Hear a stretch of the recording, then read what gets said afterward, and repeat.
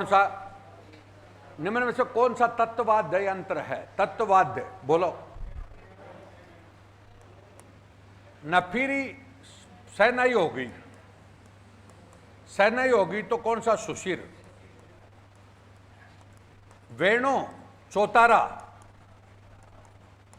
तंदूरा तंबूरा, इसी का नाम है। अब चौतारा हो गया तो तत्ववाद हो गया, और श्रीमंडल धनवाद, और ढाक है अवनत। ये लो है, समझ गए क्या? अब ऑटोमेटिक हो गया। देखो वेणु, एक मिनट। अब आयो ऊपर ही ऊपर है, नंबर 1 बोलो। शहनाई है ना, शहनाई। शहनाई को हमारे राजस्थानी भाषा में बोलेंगे सुरनाई। क्या बोलेंगे? सुरनाई। और उसी का दूसरा नाम है नफीरी। क्या नाम है? नफीरी। नफीरी वादन, समझ गए? अगली बात आई है वेणु। वेणु एक्चुअली कौन सा? चौतारा, सॉरी तंबूरा है। कौन सा? तंबूरा। मुसलमानों का वाद्य यंत्र कौन सा आ गया? तंबूरा, समझ गए? और बेसिकली आपको पता तंबूरा है, ये 4 तार का होता है, इसलिए इसको चौतारा भी बोलते हैं। कौन सा? चौतारा। और इसी का नाम वेणु है। क्यों है बोलो? वीणा प्लस तंबूरा प्लस तंबूरा, तंबूरा का नाम क्या दे दिया? वेणु। क्या दे दिया? वेणु। और इन दोनों को मिलाकर बनता है सितार। और आरएस में क्वेश्चन आ गया 2007 में कि सांप्रदायिक सद्भाव का वाद्य यंत्र कौन सा है? तो सितार। कैसे? वीणा तो किसकी होगी? हिंदुओं की, और वेणु किसका हो गया? मुसलमानों का। इन दोनों का मिक्स कौन सा हो गया? सितार। ये किस ओवरऑल अमीर खुसरो ने डेवलप की थी। मैथ्स है हर। आया क्या? अब चित्र देख लिया, चित्र कितनी देर रहेगा? अगला श्रीमंडल धनवाद, कौन सा? घन। कैसे बोलो? अरे मूर्खानंदो, अपने मंदिर की घंटी नहीं है क्या? घंटी बजाते हैं, वो श्रीमंडल ही है। श्रीमंडल। ऐसे प्रैक्टिकल करो। अगला और लास्ट वाला कौन सा? ढाक। आया हुआ क्वेश्चन है, ढाक। बोलो क्या है? देखो डमरू, अरे डमरू, डमरू, डेरू और ढाक। डमरू हो गया मोबाइल, डेरू हो गया तुम्हारा टेबलेट, और ढाक हो गया तुम्हारा पीसी। चीजें एक ही है। डमरू, डेरू, डेरू मतलब बड़ा डमरू, और कौन सा आ गया? ढाक। ढाक को यहां पर लगाकर बजाते हैं। अच्छा, सीखना पड़ता है, लिखने से कुछ भी नहीं होता। मेरी गारंटी है, जो ये लिखते हैं ना, ये ऐसे लकड़ी का बड़ा होता है, ऐसे फलाना होता है, कौन पूछता है उनको? प्रैक्टिकल नहीं था तब तक। पर मैं तो खूब समझा समझा के थक लिया, नहीं मानते। तभी तो मैंने वो फाउंडेशन वाला बेच ना, वो मैंने इसलिए तो चलाया कि एक तो क्या, मैं मेरी मर्जी का थोड़ा मालिक हूँ। मेरे क्या बर्दाश्त कम ही है। मैं कोई पैसों का मामला मेरे नहीं है, कम है। मैं तो खाली ऐसे होता है कि मैं कैसे लोगों को काम आऊँ। नहीं तो मैंने उसको चलाया बेच को। तो आपको पता है ये लाख 1.25 लाख रुपए लेते हैं, और मैं 2000 रुपये महीने के लेता हूँ खाली छोरों से। खाली 2000, 5000 रुपये रजिस्ट्रेशन, 2000 रुपये महीना। उसके जच्चे नहीं तब छोड़ दो, चाहे स्कूल की ट्यूशन की तरह है। रोजाना उनको 4 घंटे क्लास, 3 घंटे क्लास ले रहा हूँ, और साफ सुथरा कह रखा है, जिसके जब भी सेट नहीं हो उसी दिन भाग जाए। आ गया? तो मैं सोच रहा हूं कि 12वीं वाले बच्चे या छोटे बच्चे जो भी first year, second year, third year में आ रहे हैं, वो अगर 2-1 साल पढ़ लेंगे ना इससे, तो उनका कल्याण हो जाएगा। अब उनको मैं मेरे अनुसार ही चलाता हूं, मेरे अनुसार, मतलब वो अपनी मर्जी नहीं चलाते। अब जैसे यहाँ तो तुम कहते हो ये तो नदी छोड़ दी, नाला छोड़ दिया।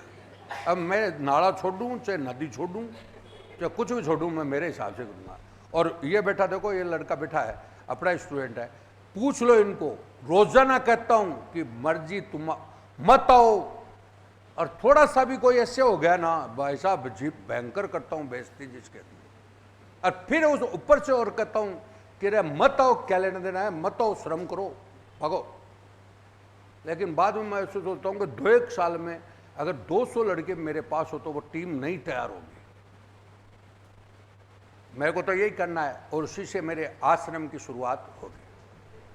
आश्रम समझ गए क्या? वास्तव में एजुकेशन आश्रम, वहां से करेंगे। लेकिन इसलिए मैं बार बार उन लड़कों को यह कहता हूं कि जिसका थोड़ा सा भी मन है ना, नहीं मन है, वो मत आओ, क्योंकि उसमें नहीं मन वाला है ना, वो पढ़ नहीं सकता उसको। ये विद्या मेरे हाथ में है, रियली पैसों की बात नहीं है। रोजाना कहता हूं कि जिसका थोड़ा सा भी मन खराब है वो नहीं आए। और वहां पर कोई एडमिशन लेने आता है ना, पहले ही कह देता हूं तू करेगा क्या, पहले ये बता दे। तो वो कहता मैं तो कांस्टेबल की तैयारी करूंगा, भाग। कल परसों एक पिताजी, लड़का, एक आदमी आया, कोई लड़की को अपनी को लेके एक दिन आया, ये तो आया भाई साहब, वो बोलो सर इसको तैयारी कराओ। मेरे को किसी ने बोला RS की तैयारी करेगी। मैंने कहा बेटा, बोलो उसको 96% नंबर आए, मतलब 10वीं 12वीं में 96 आए हैं, 12वीं में 96 आए। तो वो बाप, पिता तो, माँ बाप तो बूढ़ा तो है ही बेचारा, वो 96% में राजी हो गया। वो बैंकर बोले साहब बहुत इंटेलिजेंट है, 96% नंबर आए। और दूसरा मैंने बेटा काय की तैयारी करेगी? बोले RS बनूंगे। ठीक, और 96% नंबर आए। मोहम्मद तो सप्लीमेंट्री हूँ। अब सुनो, क्लास में भाई साहब 3 घंटे वो छोरी बैठी, उसका पिताजी बैठा, और पिताजी की तो कहानी समझ में आ गई, वो छोरी तो भाग गई, पता ही नहीं चला। छाड़ में मेरे को पता था, कोई पता मतलब नहीं है। ये थर्स्टी ग्रो ग्रेडी डॉक वाले हैं, जिसमें 2 लाइन उनकी पढ़ी लिखी, क्योंकि आजकल 50% तो है ना कोर्स हो गया, क्योंकि 50 तो अर्धवार्षिक में निपट गया, 50 बच्चा उसको रट लेते हैं, क्षण में आगे क्या फर्क पड़ता है इसका। खूब देखे मैंने, रोजाना देखता हूं क्या होता है परसेंटेज, सप्लीमेंट्री हूं, कोई फर्क नहीं।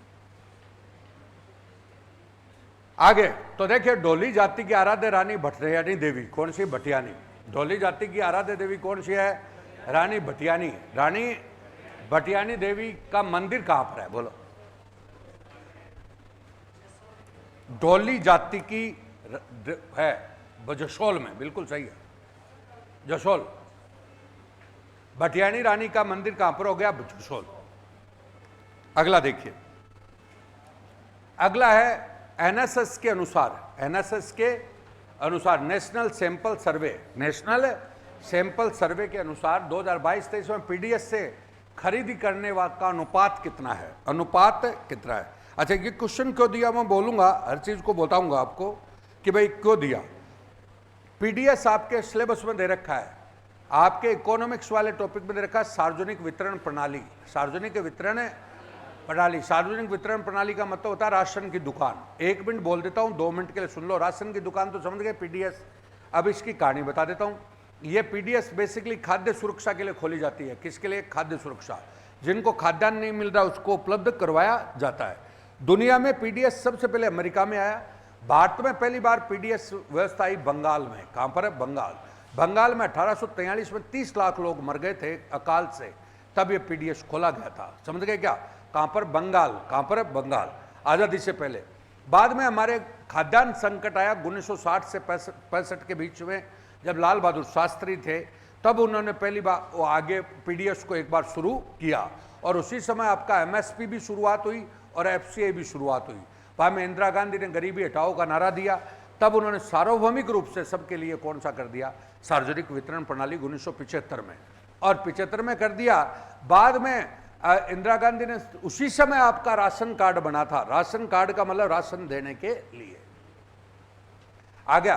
बाद में अटल जी आए 97 में, तो 97 में अटल जी ने ना उसको क्या है, लक्षित समूह से जोड़ दिया। किससे? लक्षित, कि सबको राशन मत दो, केवल जो नीडी है उनको ही दो। तब तुम्हारा BPL, अंत्योदय वगैरह 2001 में बन गए, और तब से देखिए लक्षित समूह को दे रहे हैं, और लक्षित समूह को राशन मिल रहा है। हमारे यहाँ पे राशन की दुकान को 2015 में अन्नपूर्णा भंडार कर दिया। क्या कर दिया? अन्नपूर्णा। अब राशन की दुकान में क्या चीज मिल रही है? तो प्रधानमंत्री गरीब कल्याण योजना के तहत 5 किलो क्या मिल रहा है? अनाज। और यही चीज आपका सहरिया, कथौड़ी और कौन सा खेरवा जाती है, उनको आपको 5 किलो अनाज, 1 किलो तेल है और घी है, ये सब चीजें उसको निःशुल्क मिलती है। समझ गए? और ये है PDS तुम्हारे सिलेबस में बोल दिया मैंने। आ गया।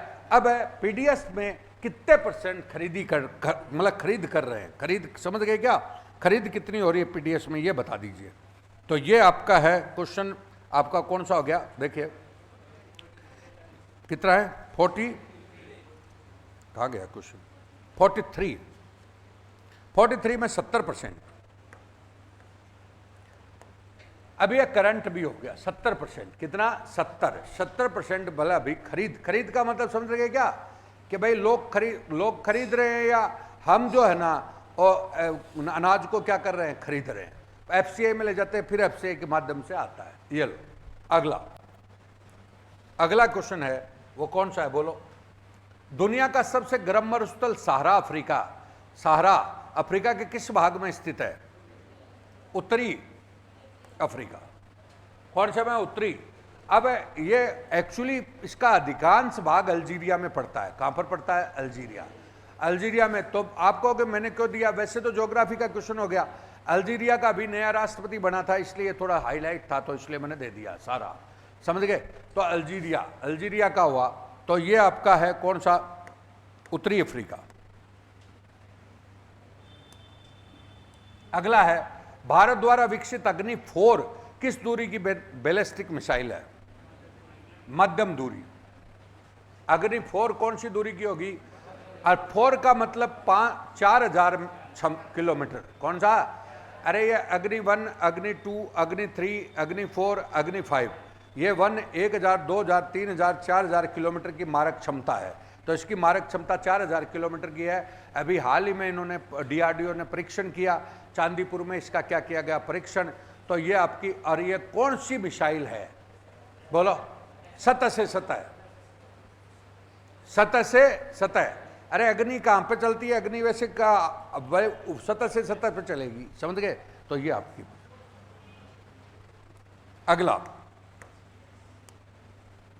अगला क्वेश्चन है जन सहभागिता। अब ये देखिए वो क्वेश्चन के कौन से हो गए, राजस्थान के जनरल, वो सब क्वेश्चन आपको बता दिए। बोलो क्लियर है क्या। अब आया जन सहभागिता के कार्य। अब आपकी इकोनॉमिक्स आ रही है राजस्थान वाली। अरे राजस्थान की क्या आ रही है, इकोनॉमिक्स। अब राजस्थान की इकोनॉमिक्स में आर्थिक समीक्षा आ रही है। मैंने क्या बोला, पिछला पेपर देखोगे तो 30 क्वेश्चन किसके थे, इकोनॉमी, सर्वे एंड बजट, 30। अब वैसे देखे तो सरल बहुत है, अगर आदमी 30 क्वेश्चन इकोनॉमी, सर्वे और बजट का देख ले, थोड़ा राजस्थान हिस्ट्री, कल्चर वगैरह और थोड़ा सा करंट देख ले तो पास है भाई। जनरल तो चीजों को देखे तो देखे जन सहभागिता के कार्य प्राथमिकता से कौन सी योजना के अंतर्गत करवाए जाएंगे, बोलो। अब सुनिएगा, अब ध्यान से सुनिए। इस साल बजट में ये चारों ही योजना शुरू हुई है। पहली नंबर ब्रज क्षेत्रीय विकास योजना, 50 करोड़ रुपए की लागत से ब्रज के क्षेत्र के विकास के लिए ब्रज क्षेत्रीय विकास योजना शुरू हुई है। अब की बारी 2024 की योजना है। श्यामा प्रसाद मुखर्जी जिला उत्थान योजना, श्यामा प्रसाद, ये इसका आंसर है। ये पहले सुन लो, महात्मा गांधी जन भागीदारी योजना चलती थी, वो पहले श्यामा प्रसाद मुखर्जी, पहले कौन सा था, गुरु गोलवलकर। अब सुन लो, सरकारें आती है बदलती रहती है।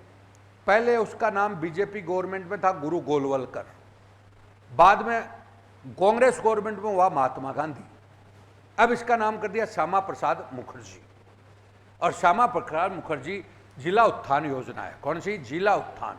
अभी इसमें क्या मतलब हुआ इसका, कि सामुदायिक कार्य है ना, सामुदायिक कार्य जान गए, आपको अपने मतलब क्षेत्र में शमशान की जमीन है, शमशान है, और शमशान की मान लो दीवार बनवानी है, तो 30% पैसा तो तुम खुद कर लोगे।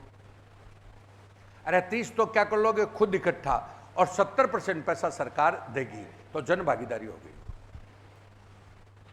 आ गया, आपके क्षेत्र में कोई आपको रोड बनानी है, कुछ भी करनी है, तो 30% पैसा किसका हो गया, गवर्नमेंट का, जनता का, और 70 किसका हो गया। चीजों को समझना पड़ेगा, ऐसे नहीं मुंह मल लिया है, फलानी लिया है, क्या फर्क पड़ता है, सब लाते हैं। किताब किसके पास नहीं है, व्यवहारिकता में समझना है। आगे बाबा साहब अंबेडकर आदर्श ग्राम योजना, ये बेसिकली एससी के लिए है, और ये एसटी के लिए है, और एसटी में भी बल्कि पर्टिकुलर किसके लिए है, टीएसपी। अब मैंने क्या बोला, चारों ही योजना इस बजट की योजना है। एक है टीएसपी बेल्ट के लिए, तो कौन सी होगी, गोविंदगिरी। अंबेडकर वाली होगी एससी के क्षेत्रों में विकास के लिए, और जिला उत्थान सामुदायिक विकास के लिए होगी, और ब्रज क्षेत्र के विकास के लिए। चारों ही योजना इस बजट की ही है। आगे आओ, अगला है कौन सा बोलो, राजकीय विभागों उपक्रमों के, राजकीय विभागों और कौन सा उपक्रम के डाटा उपलब्ध कराने का एकमात्र प्लेटफॉर्म उपलब्ध कराया जाएगा। इसका नाम रखा है, और ये राजस्थान भारत में पहला होगा। भारत में क्या होगा, पहला डाटा के लिए एक, मतलब एक ही जगह प्लेटफॉर्म होगा, उसका पहला होगा। ये भी गवर्नेंस में जाएगा, टेक्नोलॉजी में जाएगा। ये राजडेक्स, राजडेक्स समझ गए, तो राजडेक्स हो गया। आगे देखिए, अगला है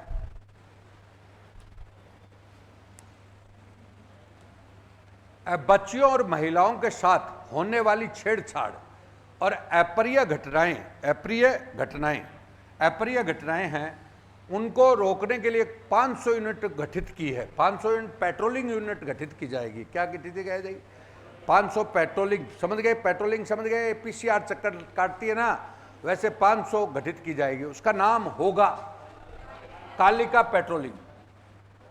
कौन सा, कालिका। अब सुन लो, ये तीनों है ना, अब की बार आरएससी की बटालियन खोली जाएगी। आरएससी की नई बटालियन है। हर चीज को मैंने पेपर इस टाइप से बढ़ाया कि तुम्हारा बजट ऑटोमेटिक उसमें सारा घुसा हुआ है।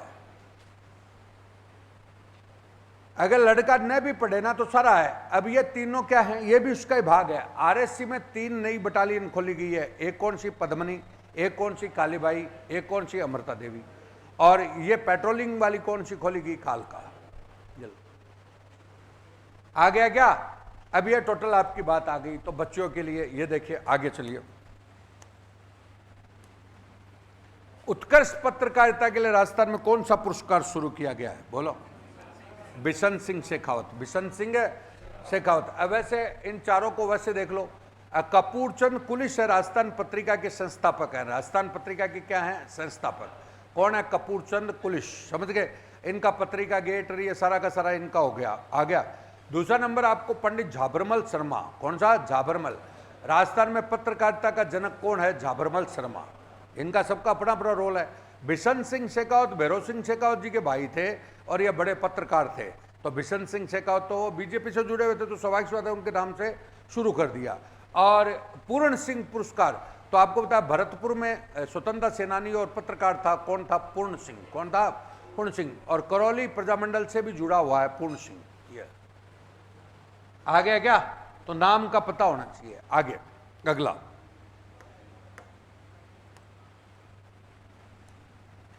राजस्थान का नया शिल्प ग्राम कहां पर बन रहा है, डूंगरपुर। कहां पर है, डूंगरपुर। अब सुन लो, मतलब मैंने क्या बोला, ध्यान से सुनो। राजस्थान का नया शिल्प ग्राम कहां पर बन रहा है, डूंगरपुर। कहां पर बन रहा है, डूंगरपुर।